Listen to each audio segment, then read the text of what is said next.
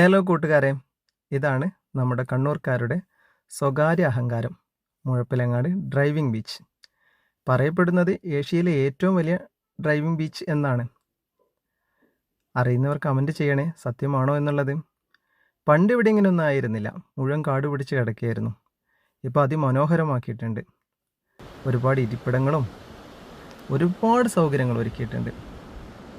സമയം രാത്രിയായി, മുകളിൽ ചന്ദ്രൻ്റെ വെളിച്ചമേ ഉള്ളൂ. ഒരുപാട് ലൈറ്റും തൂണും കാര്യങ്ങളൊക്കെ കാണാനുണ്ട്, പക്ഷെ ഒന്നും വർക്ക് ചെയ്തിട്ടില്ല ഇതുവരെ. ഇപ്പം ലൈറ്റ് തെളിയുമെന്ന് വിചാരിച്ച് ഞങ്ങൾ കാത്തിരിക്കാം, പക്ഷെ ലൈറ്റൊന്നും കത്തിയില്ല. എന്താ ചെയ്യാം?